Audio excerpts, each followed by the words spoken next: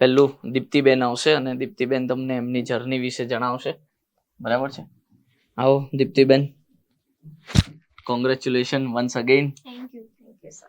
થોડું નજીક રાખજો. હા, એને એટલે પહેલા તો બધાને ક્લાસમાં જોઈનિંગ કરવા બદલ ખૂબ ખૂબ અભિનંદન. હર્ષિલ સર છે તો બધું જ સક્સેસ થઈ જશે તમારાથી.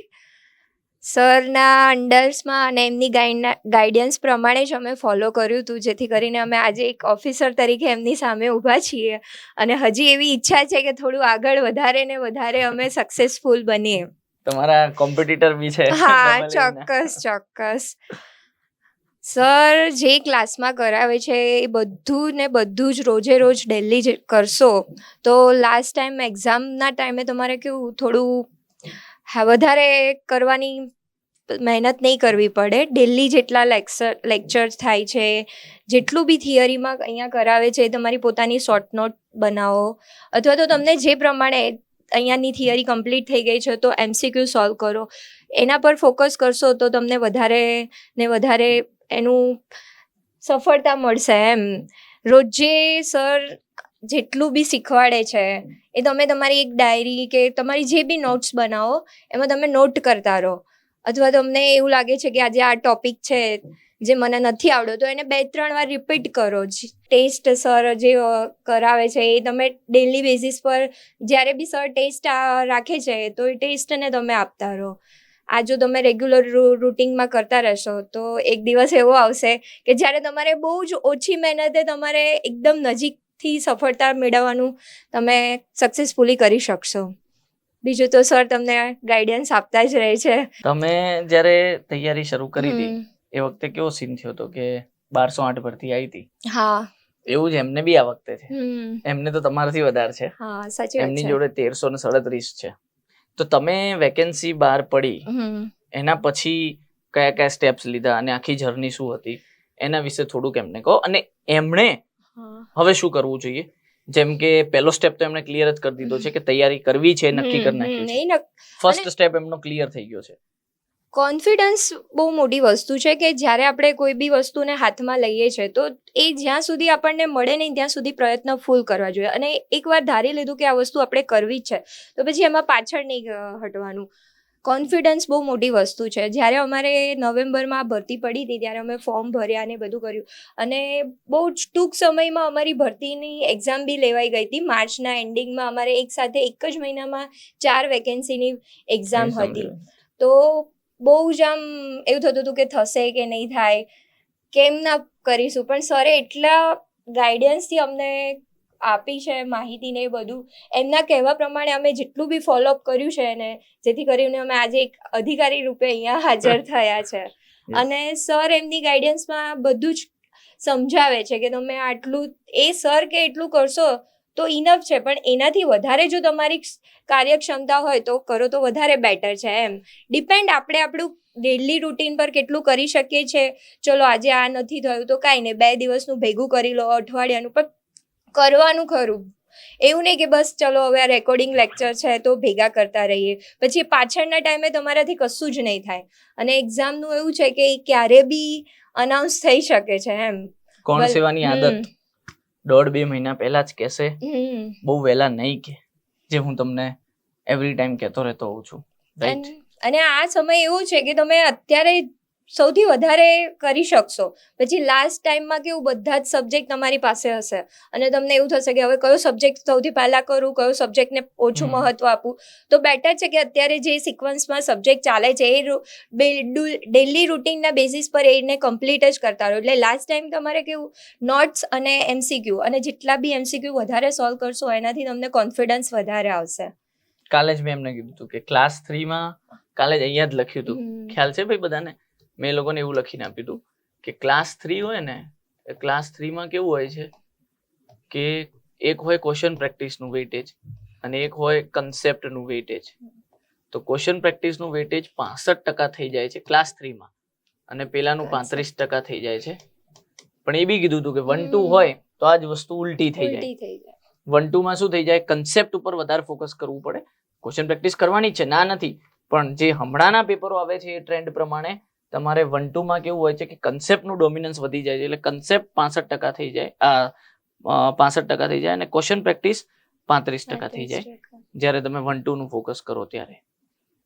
એટલે ક્લાસ 3 માં ક્વેશ્ચન પ્રેક્ટિસ ખૂબ જ અગત્યની છે. અને એના માટે તો આ રવિવારથી આપણે એક સિરીઝ ચાલુ કરીએ છીએ ફ્રીમાં યુટ્યુબ પર, ચણતર અને ઘડતર 2025, રાઈટ? અગેન જે રીતે નિર્માણ બેચ સર અમારા વખતે બી આ સિરીઝ લોન્ચ કરી હતી.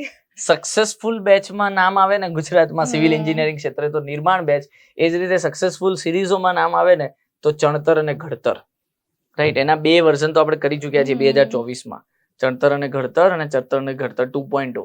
AMCTS વખતે 2.0 કરી હતી. હવે આપણે આ 2025 એનું વર્ઝન લઈને આવ્યા છીએ, બરાબર?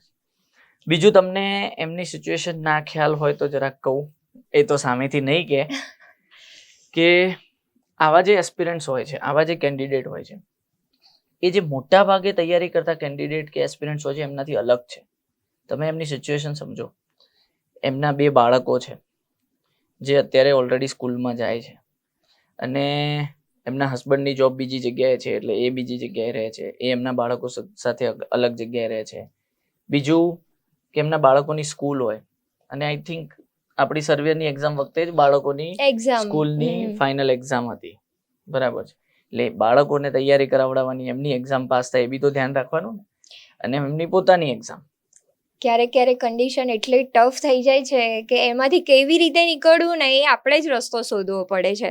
ભલે પરિસ્થિતિ ગમે તે હોય, પણ આપણે કોઈને બી પાછળ નથી મૂકવાનું, એને લઈને સાથે ચાલવાનું છે, ને આપણી તૈયારીને બી પાછળ નથી મૂકવાની કે ચલો આજે નથી થયું તો ચાલશે. ના, હંમેશા કેવું જિંદગીમાં 2 રસ્તા હોય, કાં તો તમે સક્સેસફુલ થાવ કાં તો અનસક્સેસફુલ, પણ બને એટલો પ્રયત્ન કરવાનો કે આપણે સક્સેસફુલ જ થઈને રહીએ. એટલે મારે બી ઘણીવાર આવી બધી પરિસ્થિતિઓમાંથી નીકળવું પડ્યું હોય છે, પણ એક કોન્ફિડન્સ એવો મનમાં હતો કે હું કરીને જ રહીશ, ગમે તે થાય, પણ મારે એ લોકોનું બી જોવાનું છે અને મારું ખુદનું બી જોવાનું છે, એટલે બંનેને લઈને સાથે ચાલવાનું છે. એમાંથી નીકળવું એ આપણે જાતે રસ્તો શોધવાનો છે. અને ક્યારેક એવું બી થાય કે ચલો આજે આ ક્લાસનું મારું નથી બી થયું, તો ઇવન એ ટાઈમે હું છે ને વીકલીમાં મારું બધું જેટલું બી પેન્ડિંગ હોય ને, વીકમાં સન્ડે હોય ને તો સન્ડે કમ્પ્લીટ કરી દેવાનું. જ્યારે બી આપણે સમય આપણે કાઢવાનો છે કે આપણે કયા સમયમાં કઈ વસ્તુને કમ્પ્લીટ કરી શકીશું. એટલે આવી બધી પરિસ્થિતિઓમાંથી બી તમે સક્સેસફુલ થઈ શકો છો. જો અમારા જેવા વિદ્યાર્થીઓ આટલે સુધી જઈ શકતા હોય તો તમે તો હાલના વિદ્યાર્થીઓ છો, તો તમે કોન્ફિડન્સ રાખજો કે આ એક્ઝામ અમે ક્રેક કરીને જ રહીએ, અને ફોકસ એક જ રાખવાનું કે બસ મારે આ એક્ઝામને ક્રેક કરવાની છે, ભલે પછી પરિસ્થિતિ ગમે તે હોય, પણ આપણે એને પાર પાડવાની છે એમ. બીજું એમણે ખાલી ક્લાસ 3 પૂરતા જ લિમિટેડ નતા રહ્યા, પછી આગળ જઈને એમણે 1-2 ની તૈયારી બી કરી હતી, ને 1-2 માટે આપણી જ વિનર્સ બેચમાં જ જોડાયા હતા, અને હજુ તૈયારી ચાલુ જ છે. એટલે ત્યાં ટ્રેનિંગમાં છે. હમણાં જ વાત થઈ ઓફિસમાં બેઠા હતા ત્યારે કે જવું તો ફાઇનલી હજુ AA ને પછી આગળ AE ને એ જ. એટલે ખરેખર જે ખાલી તૈયારી કરતા છોકરાઓ છે, સ્પેશિયલી બોયઝને ટાર્ગેટ કરું તો, ભાઈ તમે તો છે ને બહુ સારી સિચ્યુએશનમાં છો, બરાબર છે? હાઉસવાઈફ, અને એમાં પણ 2 છોકરા હોય, એ બી સ્કૂલ જતા હોય, એ જ ના હોય, એમની એક્ઝામ બી એ સમય આવતી હોય જ્યારે આપણી એક્ઝામ હોય. આટલી ખરાબ તો મને જ્યાં સુધી ખબર છે, કારણ કે હું બી 10-12 હજાર વિદ્યાર્થીઓને ભણાઈ ચૂક્યો છું, મને ખબર છે કે જે ખાલી તૈયારી કરવા વાળા છોકરાઓ છે, યા ખાલી જોબ સાથે તૈયારી કરવા વાળા છોકરાઓ છે, આટલી ખરાબ સિચ્યુએશન આપણી, મતલબ આવા સંઘર્ષો નથી હોતા. તો આપણે આ એક તમારો આ ખાસ અમને દીપ્તિબેનને બોલાવવાનું કારણ એ જ કે, અને એમની સાથે જે બેન આવ્યા છે નિકિતાબેન, બંને સેમ એક્ઝામ્પલ છે, સેમ ટાઈપના એક્ઝામ્પલ છે કે હાઉસવાઈફ જો આ 400+ પોસ્ટમાં પોતાની એક સીટ પાકી કરી શકતા હોય, તો આપણે કે જેને તૈયાર ભાણું મળી જતું હોય, બરાબર છે, મમ્મી કે બેન કે વાઈફ એ તૈયાર ભાણું બનાવીને આપી દેતા હોય આપણને, તો એવા આપણે કેમ 1337માં પોતાની એક જગ્યા ના બનાવી શકીએ? બીજું, એમનામાં તો ડિગ્રી વાળા બી કેસ કરીને સીટો લઈ ગયા છે, અત્યારે એમની જોડે છે, બરાબર છે? આપણામાં અત્યાર પૂરતું અગેન પછી આગળ જઈને એવું થાય મને કહેતા નહીં, અત્યાર પૂરતું એવું લાગે છે કે સરકારે જે પેલું કહેવાય ને કે પહેલા જ પાળ બાંધી લીધી છે કે એમણે જ એમની નોટિફિકેશનમાં ક્લિયરલી એવું કહી દીધું છે કે ડિગ્રીવાળા અલાઉડ નથી, એવું માનીને ચાલીએ કે ડિગ્રીવાળા આમાં બહુ સીટો નહીં લઈ જાય, બરાબર છે. તો કેટલા બધા પ્લસ પોઈન્ટ છે, ભરતીઓ વધારે છે, બરાબર. એમાં તો ટોટલ 1208 હતી, તો ટોટલ 5 ભરતીઓ થઈને 1208 થતી હતી, એટલે ભાગ પડીને તો કેટલું થઈ જાય. પ્લાનિંગ આસિસ્ટન્ટની અલગ 150, સિનિયર સર્વેની અલગ 97, સર્વેયર 216ની અલગ 60 પોસ્ટ, એમ કરીને ટોટલ 1208 થઈ હતી. આપણે તો ખાલી 2 જ વર્ક આસિસ્ટન્ટ 513 ડબલ 824, એટલે પેલું ઓવરલેપિંગ ઓછું થશે, બરાબર ને. એટલે આપણા માટે ઘણા બધા કહેવાય ને કે હર્ડલ્સ ઓછા થઈ ગયા છે 2024ની ભરતી કરતા આ 2025માં, બરાબર ને. હવે તમારે કોઈને કંઈ પૂછવું હોય તો ફટાકથી પૂછી લો કે ભાઈ એમણે કઈ કઈ વસ્તુઓ ધ્યાનમાં રાખી હતી, કે શું કરવું ને શું ના કરવું, ડૂઝ, શું વસ્તુ કરવી જોઈએ અને શું ના કરવી જોઈએ, એના વિશે તમારે કંઈ પૂછવું હોય તો પૂછી લો. પછી આપણે આગળ નિકિતાબેનને સાંભળીએ એન્ડ ધેન પછી મેઇન વસ્તુ જે આપણે ભણવાની છે. આને મિસ નથી કરવાનું. યસ. આને મિસ કરશો તો એક્ઝામમાં બહુ જ પ્રોબ્લેમ પડશે, એટલે આને મિસ નથી કરવાનું. ચાલો બોલો ભાઈ, કોઈ પ્રશ્ન, કોઈ ડાઉટ? હા, ના જાય તો સારું, પણ હવે એ વસ્તુ આપણા હાથમાં તો છે નહીં. અમારા વખતે બી અમે એવું જ વિચારતા હતા, પણ બહુ અઘરી કન્ડિશનમાંથી અમે પૂરું 1 વર્ષ રાહ જોઈને આજે અહીંયા ઊભા છીએ. 1 વર્ષ ઉપર અમારે આ રાહ જોવી પડી છે એની માટે. એમને કોર્ટ કેસના લીધે વધારે લાંબુ થઈ ગયું, સર્વેયર 213 સ્પેશિયલી, રાઈટ. બાકી તો માર્ચમાં એક્ઝામ લેવાઈ ગઈ હતી 30 માર્ચે, તો એ લોકો ધારો તો મેક્સ ટુ મેક્સ ઓગસ્ટ સુધીમાં જોઈનિંગ આવી જાત. અને અમારી સૌથી પહેલી ભરતી હતી 213, એડવર્ટાઇઝમેન્ટ ફર્સ્ટ હતી, પણ સૌથી છેલ્લે ભરતીની પ્રક્રિયા પૂરી થઈ. એડવર્ટાઇઝમેન્ટ છેલ્લે સૌથી પહેલી હતી 213, 213 પછી 214, 15, 16, 17 એમ કરીને હતી, બરાબર છે. યસ. આખા દિવસને કેવી રીતે મેનેજ કરતા હતા. અચ્છા, બીજા જેટલા હાઉસવાઈફ બી હોય આપણી બેચમાં, કે બીજા કોઈને એવું લાગતું હોય કે જેની બહુ હેક્ટિક જોબ હોય, રાઈટ, છોકરો બી હોય, એ પણ એમના પ્રશ્નો એમની સાથે શેર કરી શકે છે, કારણ કે એમને બહુ વધારે પડતા સંઘર્ષ વાળા એમના લાઈફના સ્કેડ્યુલમાં આ એક્ઝામ ક્લિયર કરી છે. એટલે આ કોઈ નોર્મલ કેન્ડિડેટ એક્ઝામ ક્લિયર કરતો હોય એવી સિચ્યુએશન નથી. આ પ્રશ્નના જવાબમાં તો હું એટલું જ કહીશ કે જો આજે હું આ પોઝિશન પર ઊભી છું તો એક એઝ એ મધર બી છું, એક હાઉસવાઈફ બી છું, એક વાઈફ બી છું, અને એક ફેમિલીની ઇનલોસ બી છું. એટલે બધું ફેમિલીને બેલેન્સ કરીને ચાલવું ને એ આપણી આવડત હોવી જોઈએ.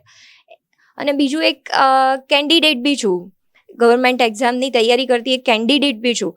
તો હું એવું વિચારું છું કે આપણે એક એવું શેડ્યુલ ગોઠવવું જોઈએ કે આ શેડ્યુલમાં આપણી આ વસ્તુ થઈ જ જવી જોઈએ. આજે આ ટાઈમ છે તો આટલો ટાઈમ બાળકો પાછળ ફાળવવો જોઈએ, આટલો ટાઈમ છે તો આટલો ટાઈમ મારે મારી એક્ઝામ પાછળ બી ફાળવવો જોઈએ, અને આટલું ટાઈમમાં હું મારું ફેમિલીને બી મેનેજ કરી શકું. એ બધી જ પરિસ્થિતિઓને ધ્યાનમાં રાખીને આપણું એક એવું શેડ્યુલ બનાવીએ કે જેથી કરીને કોઈ બી એક વસ્તુ પાછળ ના રહી જાય. કેમ કે અમારા જેવા કેન્ડિડેટને અહીં સુધી પહોંચવું ને એ બહુ મોટી વસ્તુ છે અને બહુ અઘરી કન્ડિશન છે. આજે હું સિંગલ હોત તો એવું થાત કે ચલો મારી પાસે આ બધા અવરોધોને હું પાર કરવા માટે કંઈ એવું હોત નહીં, પણ એઝ એ હાઉસવાઈફ, મધર અને વાઈફ તરીકે આટલી બધી ચુનૌતીઓને પાર કરીને આગળ આવવું એ બહુ મોટી પરિસ્થિતિમાંથી બહાર આવે છે. અને ફેમિલી સપોર્ટ બી એટલો સારો હતો, પણ બાળકોને ટેકલ કરવા અને આપણી એક્ઝામ સાથે ટેકલ કરવા એ બહુ મોટો પ્રશ્ન છે, પણ બધું મેનેજ કરી લેતી હતી એવું છે. એટલે થોડુંક એમને દિવસના તમારા ટાઈમ ટેબલ પ્રમાણે, ટાઈમ ટેબલ જો તમને ખ્યાલ હોય, અથવા એ એમનો ટાઈમ ટેબલ કે એની પહેલા મેં આટલું એમની વાત પરથી કન્ક્લુઝન નીકાળ્યું છે, તમે બી નીકાળ્યું છે. એમનું એક વસ્તુ મસ્ત હતી કે કદાચ આજનું આજે કવર નહીં થયું તો કાલે નહીં થયું તો છેલ્લે જઈને રવિવારે તો આખા અઠવાડિયાનું હું કવર કરી જ લઈશ.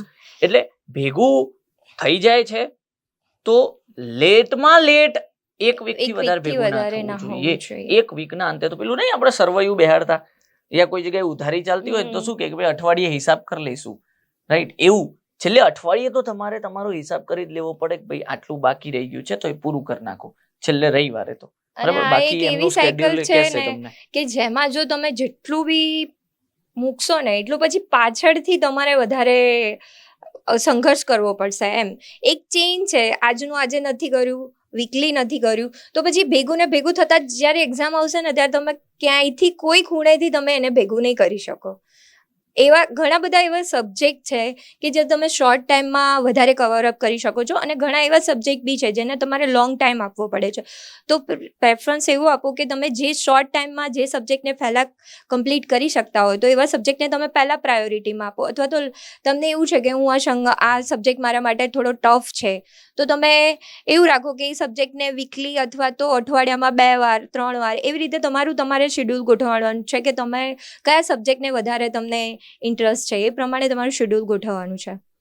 અને બીજી વસ્તુ કે ટાઈમ ટેબલમાં તો એવું હતું કે જો મારા બાળકની સ્કૂલને હોય એ ટાઈમમાં હું મારું વધારે ગવર્મેન્ટ એક્ઝામ માટે પ્રિપરેશનમાં વધારે ટાઈમ આપતી હતી, અને મોર્નિંગમાં ઉઠીને એની માટે ટાઈમ આપતી હતી, જેથી કરીને હું મારા ડેલી રૂટીનમાં બધું શેડ્યુલને બેલેન્સ કરી શકું અને જે મારે ધ્યાનને જે ટાઈમ આપવાનો છે એ ટાઈમે હું એ કામ કરી શકું. એટલે એ ટાઈમ સવારનો હોય અથવા તો સાંજનો હોય એ આપણે મેનેજ કરવાનો છે કે ઘરના કયા કામ કરતાની સાથે હું મારા એક્ઝામને પ્રિપેરેશન માટે ટાઈમ કાઢી શકીશ.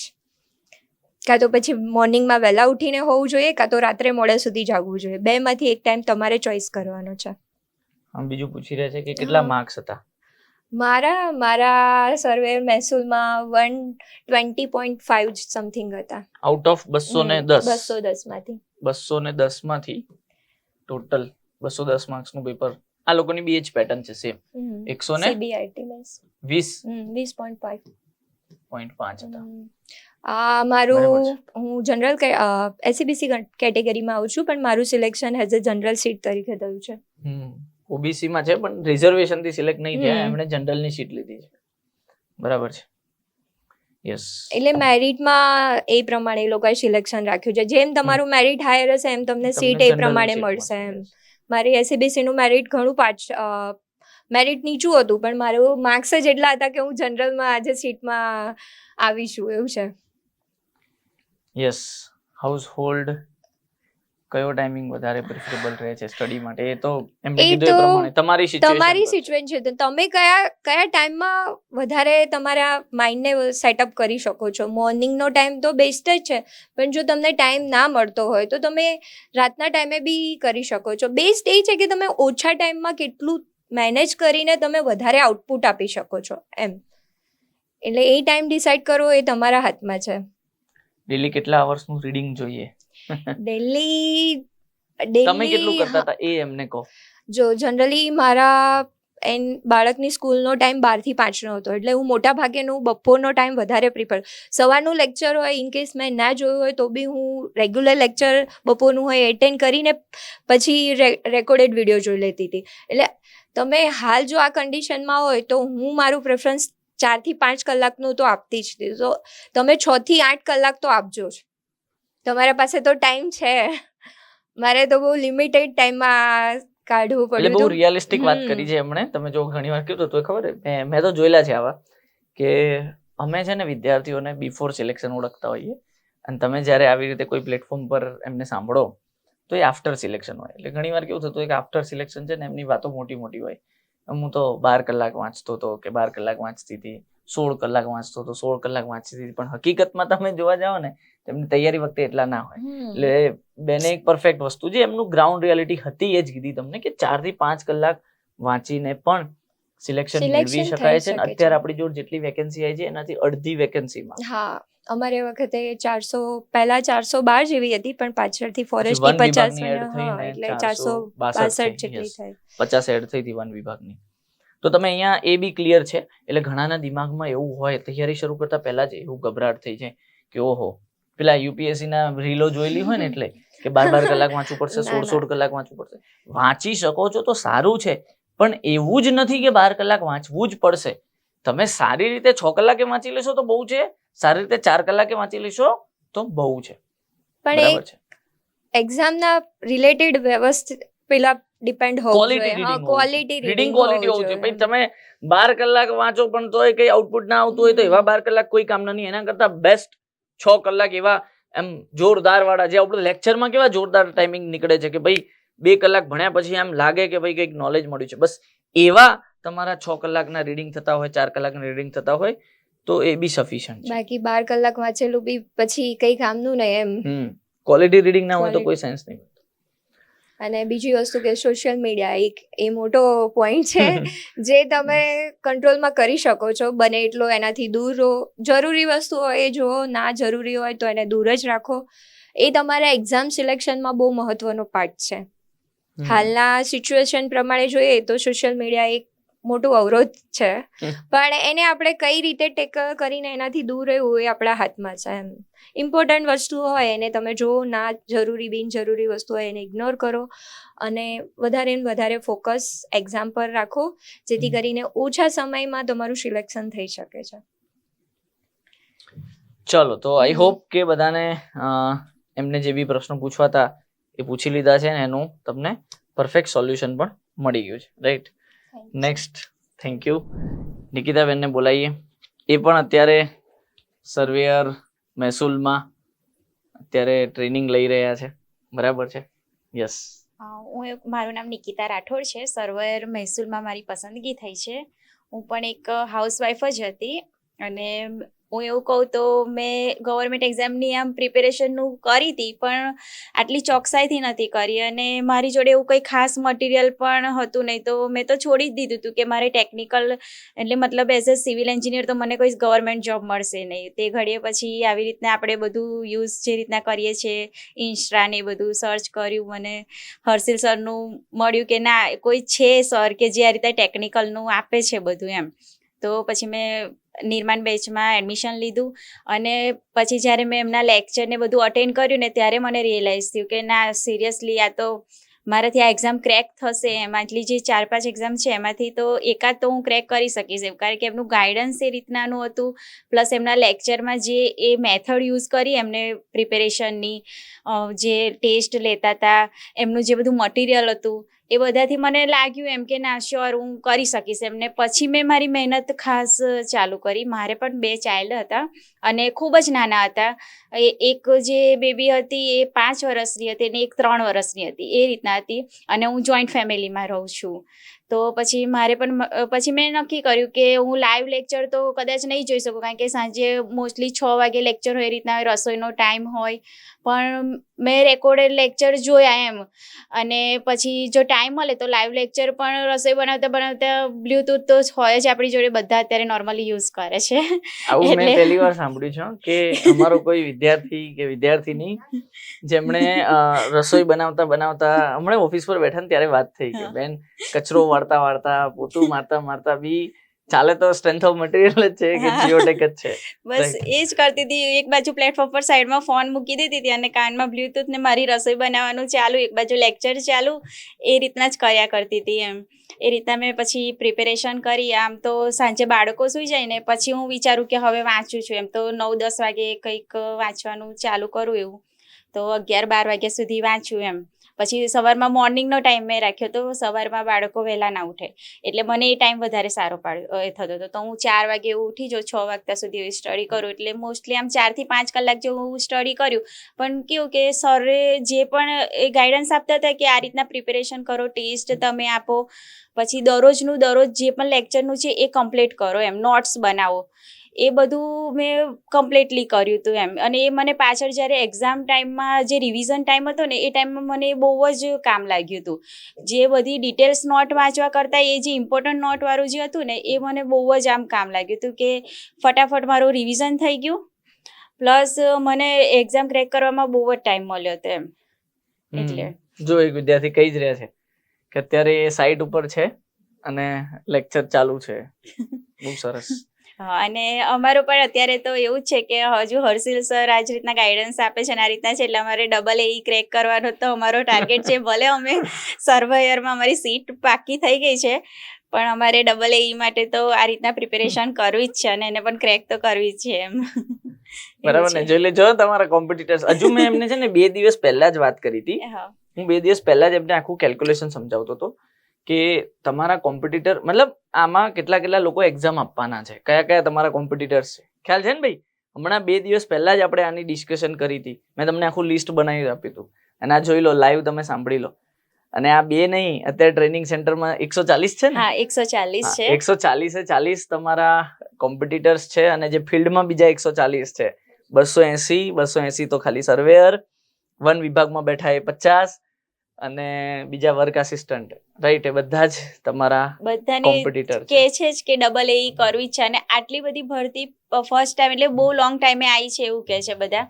અને સિલેબસ પણ સેમ જ છે, એટલા માટે બધાની ઈચ્છા છે કે આ ક્રેક કરવી છે. અને જે 412માં જેનું સિલેક્શન થયું છે એ તો બધા એકદમ કોન્ફિડન્ટ છે કે ના આ તો અમે કરી જ દઈશું. 824 તો હા, કરી એ જ રીતના પ્રિપેરેશન થઈ જ જશે એમ. તમે ગભરાતા નહીં હો, આપણી જોડે 824 છે, એ લોકો 412 જ છે ને એમાં 412 ને તો પોસ્ટિંગ મળ્યું નથી, હા, કંઈક 300 350 ને જ મળ્યું છે.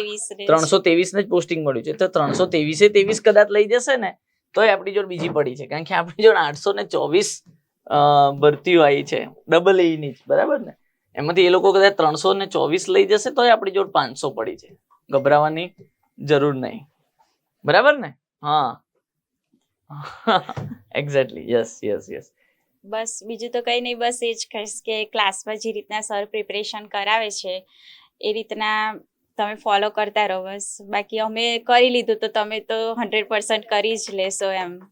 આ તમે સમજો, મેં વારંવાર કહું છું કે હું કેમ આ બે વિદ્યાર્થીઓને જ અત્યારે, મતલબ હવે તો ઓફિસર છે, ઓફિસરને જ કેમ અહીંયા તમારા સમક્ષ લઈને આવ્યો છું, કારણ કે મોટા ભાગના વિદ્યાર્થીઓ એ ખાલી તૈયારી જ કરતા હોય એવા હોય છે, જોબ વાળા અને આ રીતે હાઉસવાઈફ હોય એવા બહુ ઓછા હોય છે.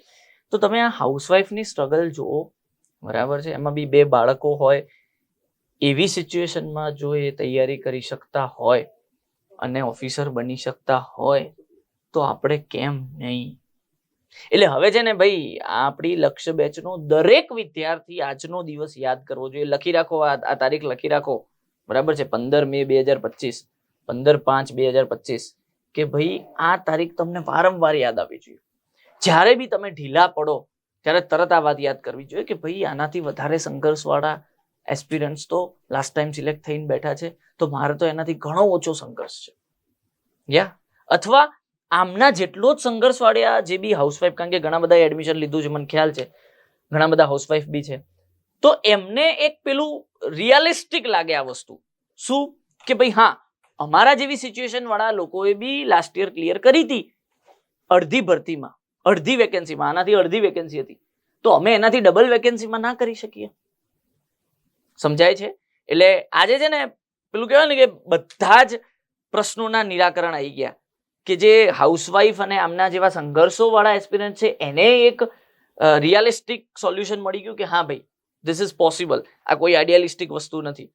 અને આનાથી ઘણા ઓછા સંઘર્ષો વાળાને એક ઠપકો મળી ગયો કે ભાઈ જો અમારાથી મલ્ટિપલ ટાઈમ્સ વધારે સંઘર્ષ વાળા એસ્પિરન્ટ સિલેક્ટ થતા હોય તો અમે તો કેમ નહીં? બરાબર છે? હવે નિકિતાબેનને તમારે કંઈ પૂછવું હોય, બરાબર છે, તો તમે એ બી પૂછી શકો છો. એમને કંઈ પ્રશ્નો પૂછવા હોય, તમારે કંઈ ડાઉટ હોય, રાઈટ, એમની સ્ટ્રેટેજી વિશે કંઈ પૂછવું હોય તો પૂછી શકો છો. સ્ટડીમાં તો બહુ નહીં, પણ 4 થી 5 કલાક જેવું થતું હતું. રાત્રે હું 10 વાગ્યાથી કંઈક સ્ટડી કરું તો 12:30 1 વાગ્યા સુધી કરતી હતી, અને પછી મોર્નિંગમાં 4 થી 6 કરતી હતી એ રીતના. અને દિવસ દરમિયાન તો આ રીતના વિડીયો જોઉં ને એ જોઉં, પણ જે સ્પેસિફિક છે 4 થી 5 કલાક કરતી એટલે મારી અપાર્ટ ફ્રોમ લેક્ચર. અને પ્લસ એમાં કેવું છે કે બધામાં બેલેન્સ રાખ્યું હતું. રિઝનિંગ છે એ રીતના, પછી આ જે ટેકનિકલ સબ્જેક્ટ છે બધામાં બેલેન્સ રાખ્યું હતું, કે ખબર હતી કે આ રીતના 40% બંનેમાં હતા એમ મિનિમમ. હા, એટલે પછી એ રીતનાની પ્રેક્ટિસ રાખી હતી કે દિવસમાં ટેકનિકલને હું 2 કલાક આપું તો પછી રિઝનિંગ મેથ્સ માટે પણ 1 કલાક ફાળવતેલી, એ રીતના કરતી હતી. બરાબર છે.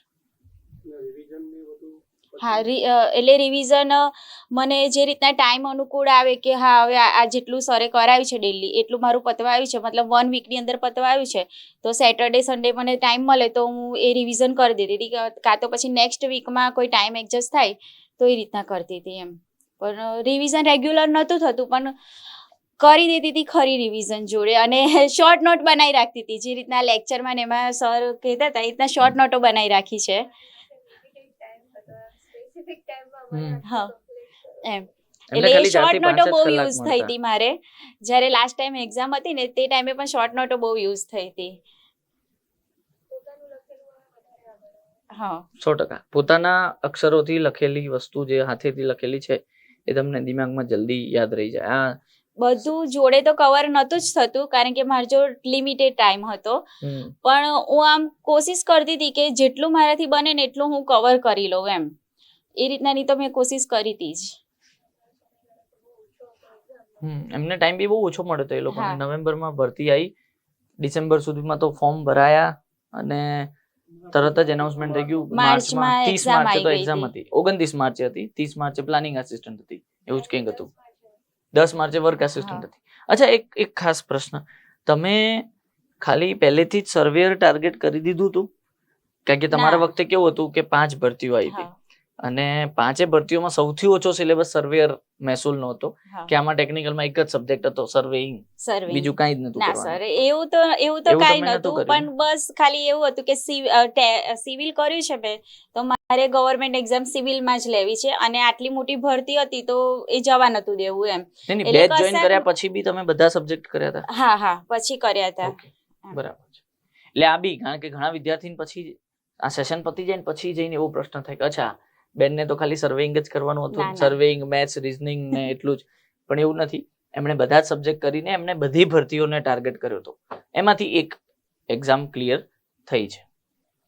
બરાબર છે. તમારી જોડે આ વખતે એવો કોઈ ઓપ્શન નથી કે સર્વેયર છે એટલે ખાલી એક જ સર્વેઇંગ સબ્જેક્ટથી ચાલશે.